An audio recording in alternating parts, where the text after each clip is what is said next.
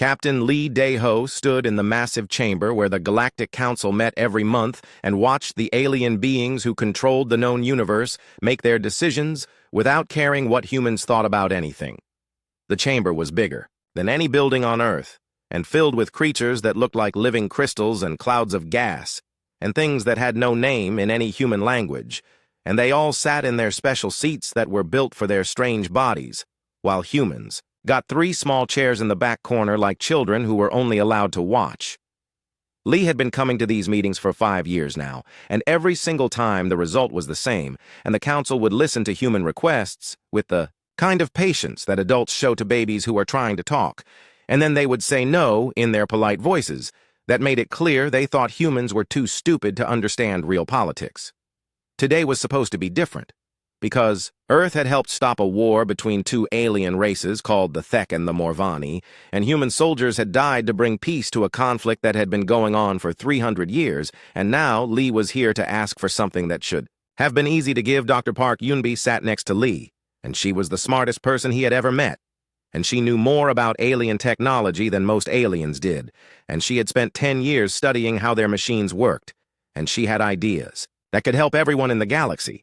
But the council treated her like she was some kind of pet that had learned a few tricks. Commander Kim Tae-won was in the 3rd human chair, and he was responsible for protecting all the humans who worked on council stations and ships, and he had seen his people get treated like servants for so long that Lee could see the anger burning in his eyes every time an alien gave orders to human workers like they were machines instead of people. The Velhari. Primarch was speaking now, and his crystal body caught the light from the chamber ceiling and threw rainbow colors across the walls, while his voice sounded like wind chimes mixed with broken glass, and he was talking about how the galaxy needed order and stability, and how some species were naturally meant to lead, while others were meant to follow. Lee knew the Primarch was talking about humans when he said this, because every time the crystal being looked toward the human section, his light got brighter, like he was enjoying some private joke that only he understood. The Nethkar Consortium spoke next, and their representative was a cloud of purple gas that moved around inside a clear container, and when they talked it sounded like whispers, from a dozen different voices, all saying the same words at slightly different times, and they were agreeing with everything the Primarch had said about natural order and the proper place of different species. Lee had heard this speech so many times that he could probably give it himself, and it always came down to the same basic idea, which was that old species knew better than young species, and big species were more important than small species, and humans were both young and small, so they should be grateful for whatever scraps the council decided to throw their way.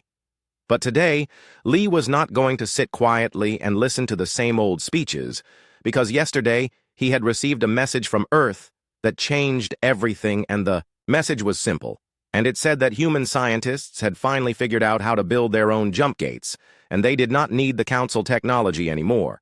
The Primarch finished his speech about order and tradition, and then he looked directly at Lee with his crystal eyes that had no expression that humans could read, and he said that the council had considered the human request for access to advanced jump gate technology, and they had decided that humans were not ready for such responsibility.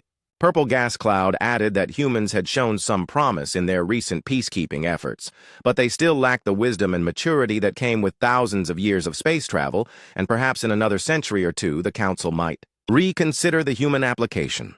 Dr. Park leaned forward in her chair, and she started to say something about how human scientists had already proven they could handle advanced technology, but the Primarch made a sound like crystal breaking, and the gas cloud swirled faster, and Lee knew they were laughing at her. Commander Kim put his hand on his weapon, and Lee shook his head because violence would not solve anything here, and besides there were hundreds of alien guards in the chamber, and they all had weapons that could turn a human into ash in seconds. The Primarch spoke again, and this time his voice had the tone that teachers use when they are explaining something very simple to very slow students. And he said that humans had been lucky in their recent military success, but luck was not the same as skill, and real space combat required technology and tactics that humans could not possibly understand. That was when Lee stood up, and the entire chamber went quiet, because humans were not supposed to speak unless they were asked a direct question, and even then they were expected to keep their answers short and respectful. Lee looked around the chamber at all the alien faces and strange shapes, and he thought about every human who had died fighting alien wars, and every human scientist who had been ignored when they offered solutions to galactic problems, and every human child who would grow up in a universe where their species was treated like it did not matter. He cleared. His throat and his voice carried clearly through the chamber silence, and he said that after 50 years of membership in the Galactic Council, humanity had reached a decision about their future. The Primarch made another crystal sound that might have been amusement, and he asked if humans were finally ready to accept their proper place in the galactic order. And Lee smiled, because that was exactly the opening he had been hoping for. Lee said that humans had indeed learned their proper place, and they had learned it very well, and their proper place was not here in this chamber, listening to beings who thought age gave them the right to treat other intelligent species like children.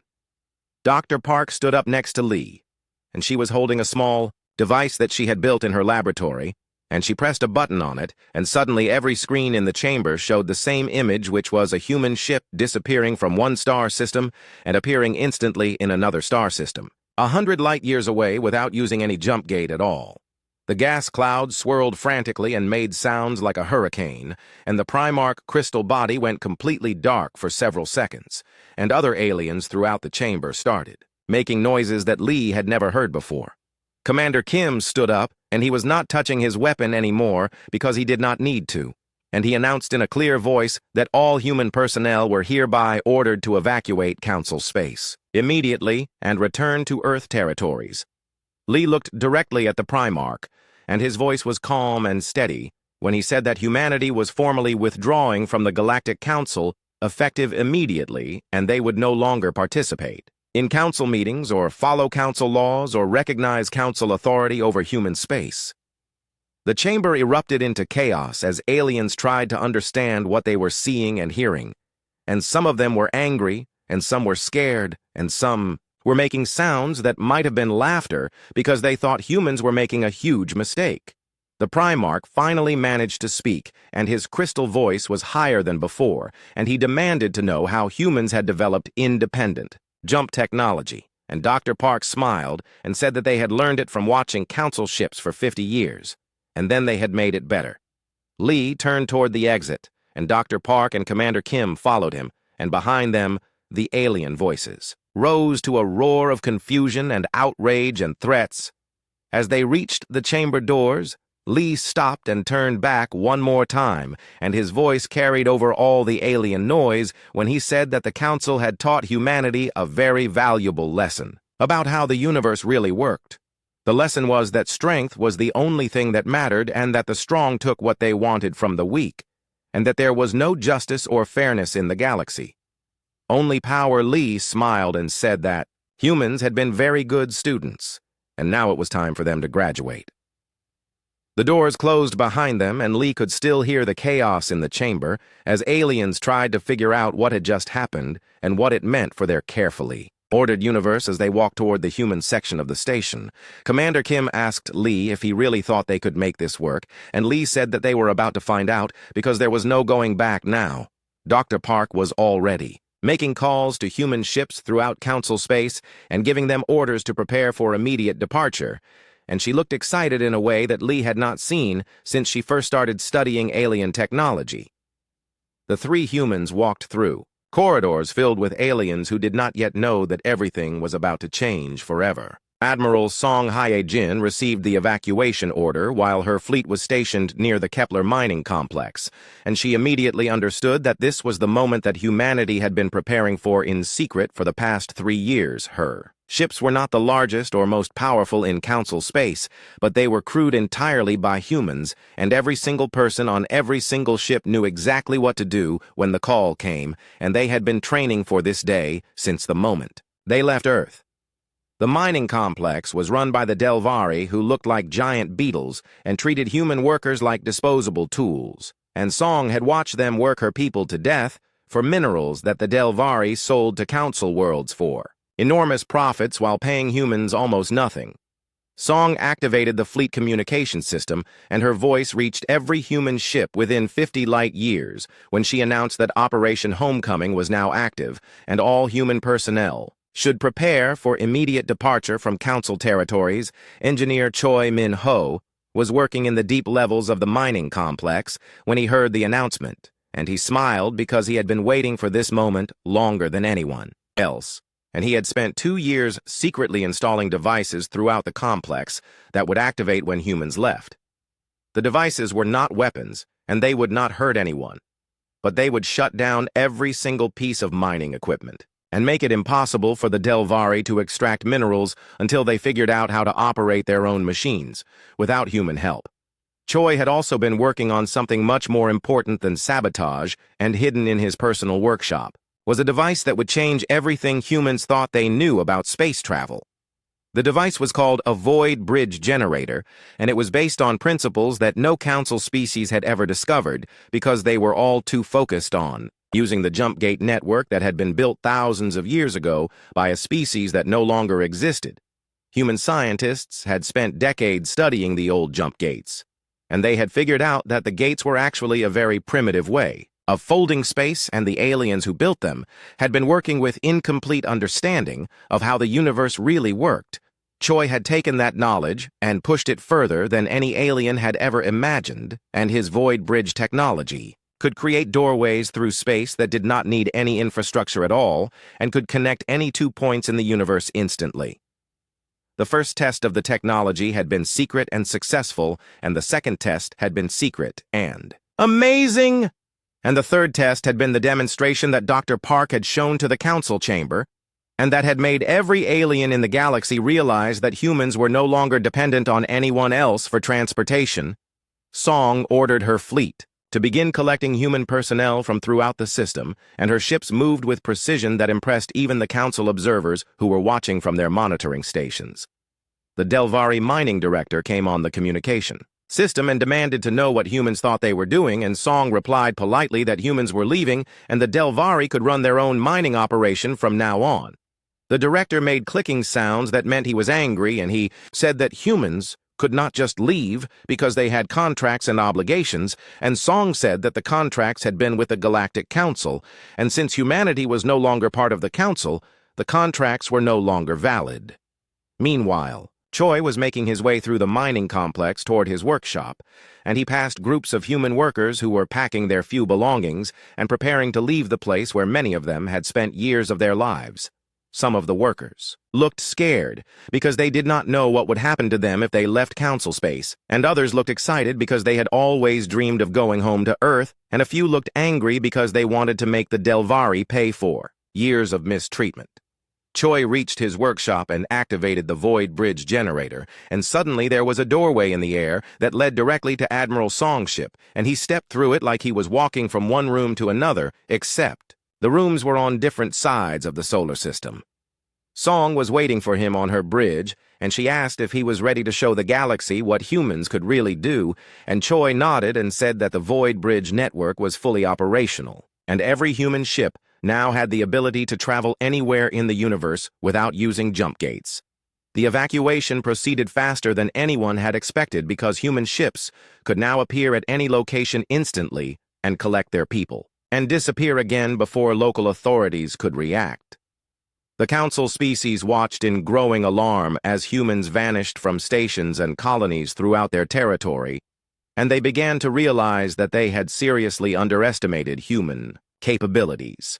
The Nethkar Consortium sent warships to intercept fleeing human vessels, but the ships found nothing but empty space because humans were no longer using predictable travel routes and could appear and disappear at will. Admiral Song received reports that some council species were trying to prevent human departure by force, and she made a decision that would demonstrate another human innovation that the aliens had not expected. Commander Kim Tae-won was leading the evacuation of human security personnel from council stations, and when Nethkar warships tried to stop his transports, he implemented tactics that no alien military had ever seen before.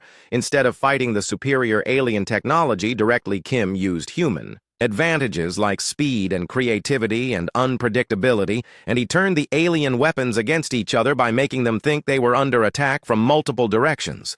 The Nethkar ships had more firepower and better shields, but they had been designed to fight other Council species who used the same basic tactics and technologies, and they were not prepared for humans who fought like no one else in the galaxy. Kim ships appeared from impossible directions and fired at seemingly random targets, and when the Nethkar tried to respond, they found themselves shooting at each other because humans had somehow made their targeting systems think that friendly ships were enemies.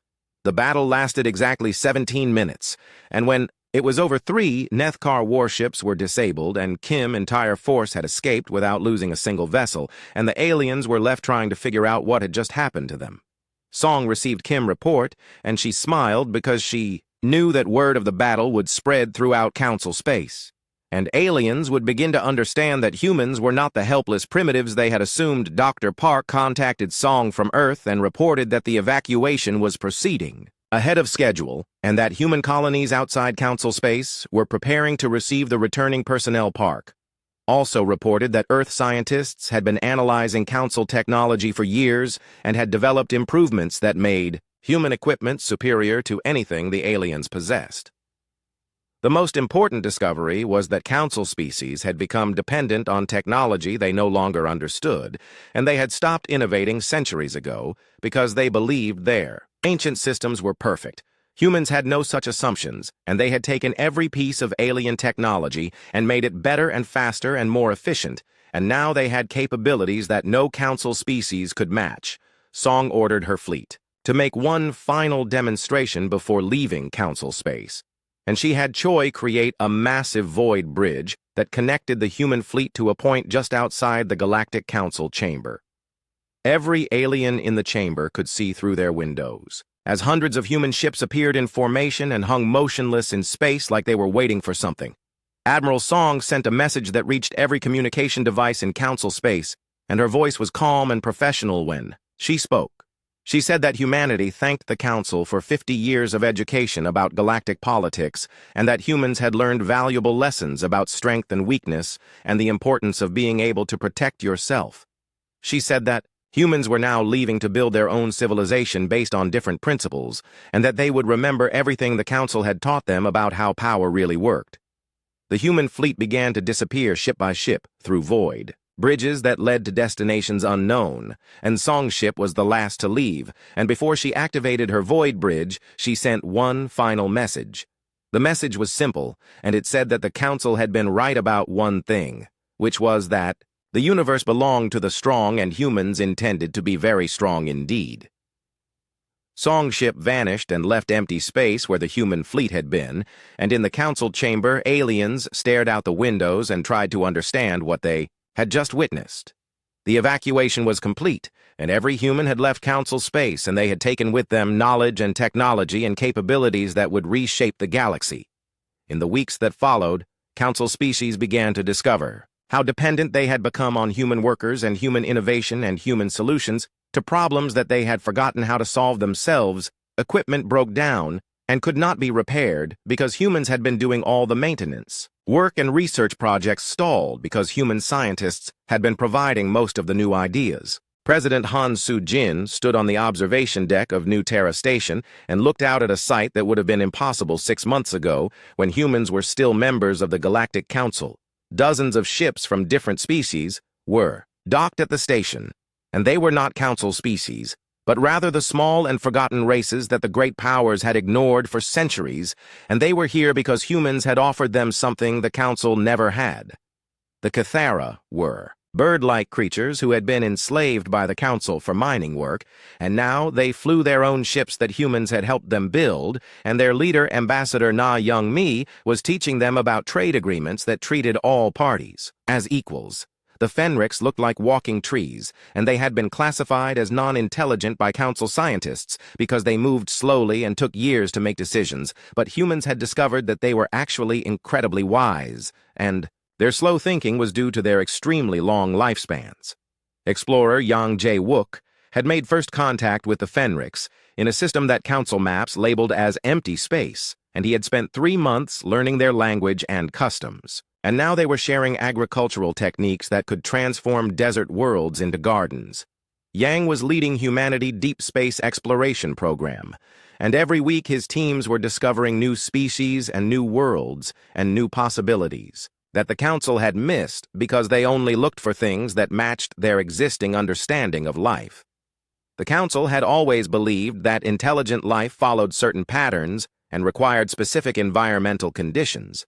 But human explorers were finding intelligence in places where Council science said it could not exist. There were creatures that lived in the vacuum of space and communicated through magnetic fields, and others that existed as pure energy inside gas. Giant atmospheres, and some that had built cities in the cores of asteroids where no Council ship had ever thought to look. Each new discovery expanded human understanding of what was possible, and every new contact brought additional allies who were eager to join the growing network of species that humans called the Free Worlds Alliance. President Han had been elected to lead Earth during the transition period, and she had immediately made it clear that humanity was not interested in replacing the Council, but rather in creating something completely different. The Free Worlds Alliance had no capital world, and no supreme leader, and no rigid hierarchy based on age or size or military power, and instead, it operated as a network of equals who shared resources and knowledge and helped each other solve problems. Dr. Park Yun-bi had established research stations throughout human space, where scientists from dozens of species worked together on projects that combined their different strengths and perspectives and approaches to understanding the universe. Park had discovered that each species had unique insights into different aspects of reality, and when their knowledge was combined, the results were far beyond what any single species could achieve alone. The Kithara understood air currents and atmospheric dynamics better than any other known species, and their knowledge had helped humans design ships that could fly more efficiently through planetary atmospheres. The Fenrics had developed biotechnology that could grow buildings and tools and even computers from specially modified plants, and their techniques were revolutionizing human agriculture and manufacturing. A species called the Zephyrians, who looked like living water, had taught humans how to process and purify resources at the molecular level, and their methods were making it possible to turn asteroid rock into any material that human colonies needed. Meanwhile, the Galactic Council was discovering that losing humanity had created problems they had never anticipated, because humans had been providing solutions to more challenges than anyone had realized. Council technology was breaking down without human maintenance, and their computers were failing. Without human programmers, and their colonies were struggling without human administrators, who had been quietly keeping everything running. The Velhari crystal cities were developing cracks, because human engineers had been preventing structural failures for decades, and the Nethkar gas clouds were dissipating, because human scientists had been maintaining the containment systems. Council military forces were discovering that their tactics were predictable and outdated, because human advisors had been the source of most innovative strategies in recent conflicts. Reports were reaching Council space about human activities in the outer regions, and every report made it clear that humanity was not just surviving without the Council, but actually thriving in ways that seemed impossible. Human colonies were appearing in systems that Council species had written off as uninhabitable, and human ships were traveling through regions of space that Council navigation systems marked as impassable. The Council had always believed that their technology represented the pinnacle of development, and that their methods were the only correct way to organize galactic civilization, but humans were proving that there were other approaches that worked. Better Yang exploration teams had discovered that much of what the Council taught about space travel and colonization was simply wrong, and that there were faster and safer and more efficient ways to do almost everything. Human ships using Void Bridge technology could reach distant galaxies that Council vessels could never visit, because jump gates had limited range and required existing infrastructure. Human colonies could survive on worlds that Council species considered impossible because human adaptability allowed them to find solutions that rigid alien thinking could not conceive. The Free Worlds Alliance was growing rapidly as more species learned about human offers of partnership and mutual benefit instead of domination and exploitation. Species that had been conquered by the Council centuries ago were declaring independence and requesting human protection and technology, and many of them were proving to be valuable allies with skills and resources that complemented human capabilities. The Drakmari were reptilian warriors who had been forced to serve as council soldiers, and they brought military expertise that combined with human innovation to create new defensive strategies.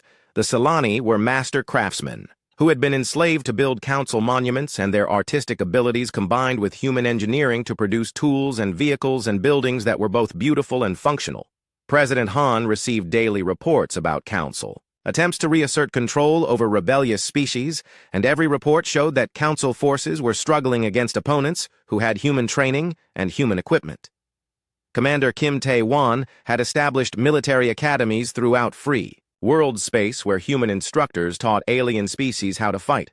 Using tactics that council forces could not counter, Kim had realized that most council military thinking was based on outdated assumptions about how space combat should work, and human approaches that emphasized flexibility and creativity and rapid adaptation were consistently defeating traditional alien strategies. The Council was also discovering that their economic system depended heavily on species who were now refusing to participate, and trade networks that had operated for millennia were collapsing as more worlds joined the Free Worlds Alliance.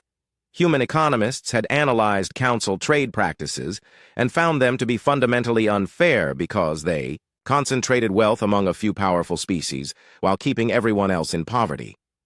The Free Worlds Alliance operated on different principles where trade was voluntary and mutually beneficial, and profits were shared among all participants. Based on their contributions, species that had been poor under Council rule were becoming prosperous as Free World's partners, and their success was encouraging other species to leave Council space and seek human alliance. Admiral Song fleets were patrolling the borders between Council space and Free World's territory, and their presence was preventing Council forces from attacking species who had declared independence. Song had orders to avoid starting wars but to defend any species that requested human protection, and her ships were demonstrating that human military technology was now superior to anything the Council possessed.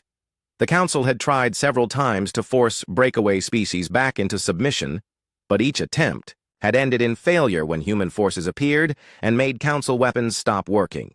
Human reality anchor technology could disable all Council equipment in large areas of space and force everyone to fight using basic weapons and tactics, where human training and creativity provided decisive advantages. Lee Dae-ho was serving as the first Secretary General of the Free Worlds Alliance, and he was working to establish principles and procedures that would prevent the new organization from becoming another oppressive empire. Lee had seen how the Council had started as an alliance of equals and slowly become dominated by a few powerful species, and he was determined to prevent the same thing from happening to the Free Worlds. The Alliance Charter guaranteed that no single species could control decisions and that all members had equal voting rights regardless of size or age or military strength. Dr. Park was developing new technologies that would be shared freely among all Alliance members so that no species could gain unfair advantages over others. General Bae Young-soo received the emergency communication from Admiral Song while he was reviewing defensive preparations at the Titan Fortress, and the message was simple but alarming because it meant that the Galactic Council had finally decided to use military force to stop the collapse of their empire. Council fleets were massing at the edge of Free World space, and their intention was clearly to recapture the species that had declared independence and to destroy human influence in the galaxy once and for all. Bae had been expecting this moment because he understood that the Council could not allow the Free Worlds Alliance to continue growing without eventually facing the reality that their own authority was becoming meaningless.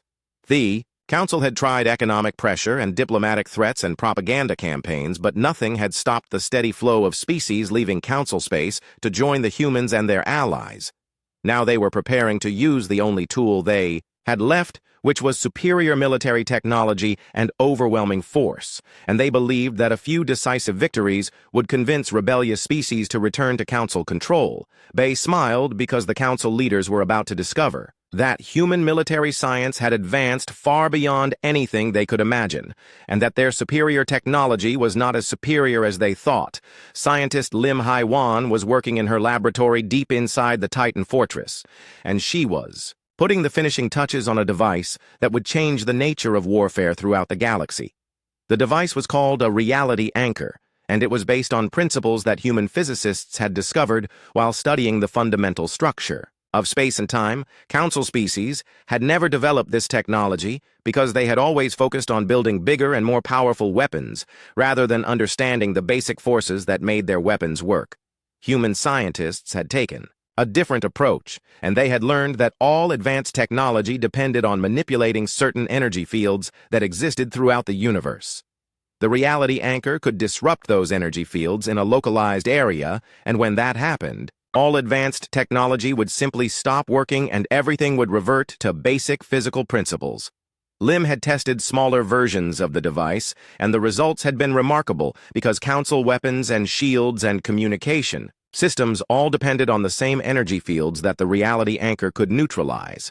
A single reality anchor could affect an area of space larger than most solar systems, and multiple devices working together could create zones where no advanced technology functioned at all. The first major test would come soon because Council forces were already crossing into Free World's territory and attacking colonies that had requested human protection. The Council fleet was led by Velhari crystal ships that had been designed to be unstoppable, and their weapons could destroy planets and their shields could withstand attacks from entire fleets. Behind the Velhari ships came Nithkar cloud vessels that could phase in and out of normal space and strike from directions that conventional sensors could not detect. The Council commanders were confident that their technological advantages would allow them to crush Free World's resistance quickly, and they were planning to make examples of human colonies that would discourage other species from seeking independence. General Bay ordered all Free World's forces to retreat as the Council fleet advanced, and many of his alien allies questioned this strategy because it seemed like humans were abandoning their friends. But Bay had learned from studying human military history that sometimes the best way to win a war was to let your enemy think they were winning until they committed themselves to a course of action that you could turn against them. The Council fleet pursued the retreating Free World's ships toward a system called Sirius Crossing, where Bay had positioned his forces for a battle that would determine the future of galactic civilization. The system contained 3 planets and 2 asteroid belts, and the space between them was filled with debris from ancient mining operations that would provide cover for smaller ships. Admiral Song Fleet took position behind the largest planet, while Commander Kim forces spread out among the asteroids and waited for the signal that would begin the most important battle in human history. The Council fleet entered the system in perfect formation, and their ships gleamed with the confidence of superior technology and thousands of years of military tradition. The Velari Primarch himself was commanding the fleet from a crystal dreadnought that was larger than most human cities, and his voice echoed across all communication frequencies as he demanded the surrender of all Free World's forces. General Bay responded with a message that was broadcast throughout the galaxy, and his words were calm and measured as he explained what was about to happen. He said that the Council had taught humanity many valuable lessons about power and strength and the importance of being able to defend yourself against those who would dominate you. He said that humans had been very good students and they had learned that the strongest weapons were not always the biggest or most advanced, but rather the ones that could neutralize the advantages of your enemies. The Council fleet opened fire, and their weapons lit up space with energy beams that could cut through planets, and their targeting systems locked onto Free World's ships with accuracy that had never been defeated. But then scientist Lim activated the reality anchors that had been hidden throughout the Sirius system, and suddenly every advanced weapon in the Council fleet stopped working. The energy beams flickered and died, and the targeting computers went dark, and the shields that protected Council ships vanished as if they had never existed. The massive Velhari crystal ships found themselves floating helpless in space because their propulsion systems depended on the same energy fields that the reality anchors had disrupted. The Nethkar cloud vessels lost their ability to phase shift and became visible to conventional sensors and vulnerable to conventional weapons for the first time in galactic history. A Council fleet found itself fighting on equal terms with their opponents, and the results were not what they had expected. Free World ships attacked using kinetic weapons and chemical explosives and basic energy systems that were not affected by the reality anchor. Field's human pilots flew with creativity and unpredictability that confused Council crews who had been trained to fight according to rigid tactical doctrines.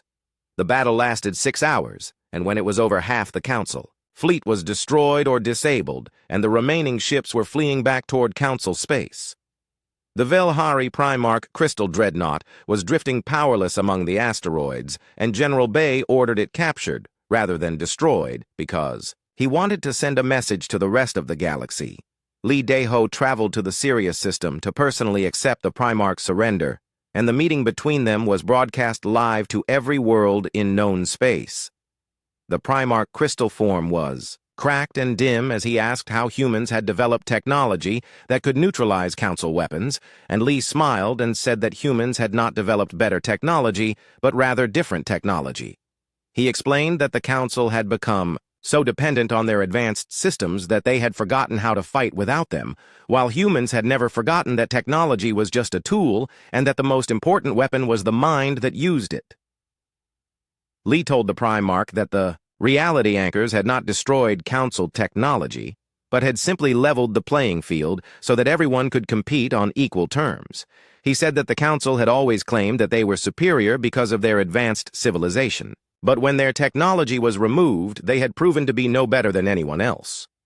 The broadcast of the Primarch's surrender reached every world in Council space, and the reaction was immediate as more species declared independence and requested protection from the Free Worlds Alliance. Council authority collapsed in dozens of systems as local governments realized that human protection was more reliable than Council promises. The remaining Council species found themselves isolated and struggling. To maintain control over territories that no longer feared their superior technology, General Bay established reality anchor networks throughout Free Worlds space that would protect Alliance members from any future Council attacks. The devices created zones of technological equality where conflicts would be resolved by strategy and courage rather than by whoever had the biggest weapons. Dr. Park announced that reality anchor technology would be shared freely among all Free Worlds Alliance members, so that no species would ever again be dominated by technological superiority. The galaxy had learned that humans did not win by building better weapons, but by changing the rules of the game so that everyone could compete fairly. Within weeks of the Battle of Sirius crossing the Galactic Council controlled less than half of their former territory, and their remaining members were facing rebellions and independence movements that they could not suppress. The age of Council dominance was ending, and the age of Free Worlds cooperation was beginning, and the universe would never again be ruled by the fear of superior technology. Commander Kim received reports that Council species were requesting negotiations with the Free Worlds Alliance, because they could no longer maintain order in their own territories. Ambassador Lee Daeho walked through the corridors of Unity Station and marveled at how different this place was from the old Council chambers where he had spent so many frustrating years listening to alien speeches about natural order and proper hierarchy. Unity Station had been built by 17 different species working together, and every corridor and room showed the influence of different cultures and different approaches to design and function. The Cathara had contributed their understanding of air flow and movement to create spaces that felt alive and dynamic, while the Fenrix had grown living walls that cleaned the air and provided food, and Beauty, Zephyrian water beings had designed fluid systems that moved resources throughout the station like blood through a body, and human engineers had integrated everything into a seamless whole that worked better than anything any single species could have built. Lee was no longer captain, because the Free Worlds Alliance had elected him to serve as their first Secretary General, and his job was to help coordinate the activities of more than 200 member species. The Alliance had grown far beyond what anyone had imagined possible when humans first left the Galactic Council, and every month brought new species who wanted to join the community of equals that humanity had helped create. Dr. Park Yunbi was leading a research consortium that included scientists from 60 different species, and their combined knowledge was producing discoveries that were transforming understanding of the universe. Park had established the principle that all scientific knowledge would be shared freely among Alliance members, and this openness had accelerated progress in ways that the old Council system of restricted information could never have achieved. The Velhari, who had once claimed superiority over all other species, were now junior members of the Alliance, and they were learning human agricultural techniques because Their crystal cities were facing food shortages that their traditional technology could not solve. The Velhari Primarch, who had dismissed humanity as primitive, was now working directly with President Han Sujin and asking for permission to resettle his people on worlds where they could learn to live differently. Han had agreed to help the Velhari, but only on the condition that they abandon their old beliefs about natural hierarchy and accept the alliance principle that all intelligent species were equal. The transformation of Velhari society was slow and difficult because they had believed in their own superiority for thousands of years, but their young people were adapting to alliance values faster than their elders. Admiral Song Hye-jin was commanding integrated fleets where human ships flew alongside vessels from dozens of other species, and the cooperation between different military traditions was creating new tactical possibilities. Song had discovered that each species brought unique strengths to space combat, and when those strengths were combined, the results were far more effective than any single approach. Cathara pilots had natural instincts for three-dimensional movement that made them ideal for fighter operations, while Drakmari warriors provided discipline and courage that steadied entire fleets during difficult battles. Human creativity and adaptability served as the connecting element that allowed different species to work together instead of competing against each other. Commander Kim Tae-won had established training academies throughout Alliance space where military officers from different species learned to think beyond the limitations of their own traditions. Kim had realized that the old council military had failed, not because of inferior technology, but because of rigid thinking that could not adapt to unexpected situations. Alliance forces were trained to be flexible and creative, and to use the strengths of their diverse crews to find solutions that no single species could imagine. Young Jae-wook exploration fleets were now ranging far beyond the galaxy where the old council had never dared to travel, and they were making contact with civilizations that had never heard of either human or council authority.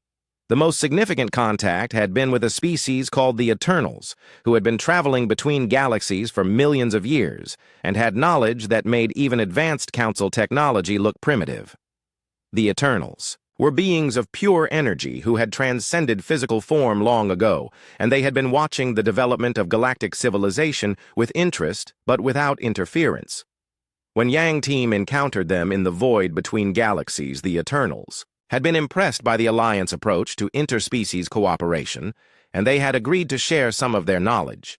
The Eternals revealed that the universe was much larger and more complex than anyone had imagined, and that there were challenges coming that would require all species to work together or face extinction.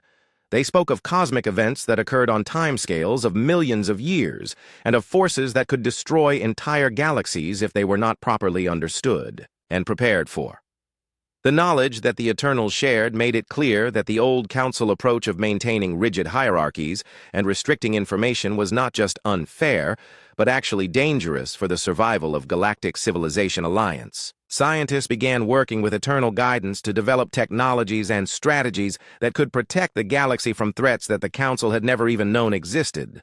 President Han met with the leaders of the remaining Council species and offered them membership in the Free Worlds Alliance, but only if they were willing to abandon their claims to superiority and accept equality with all other members.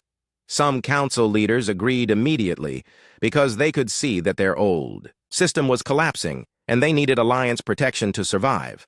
Others resisted because they could not accept that species they had dominated for centuries were now their equals, and these holdouts found themselves increasingly isolated as their own people began to demand alliance membership.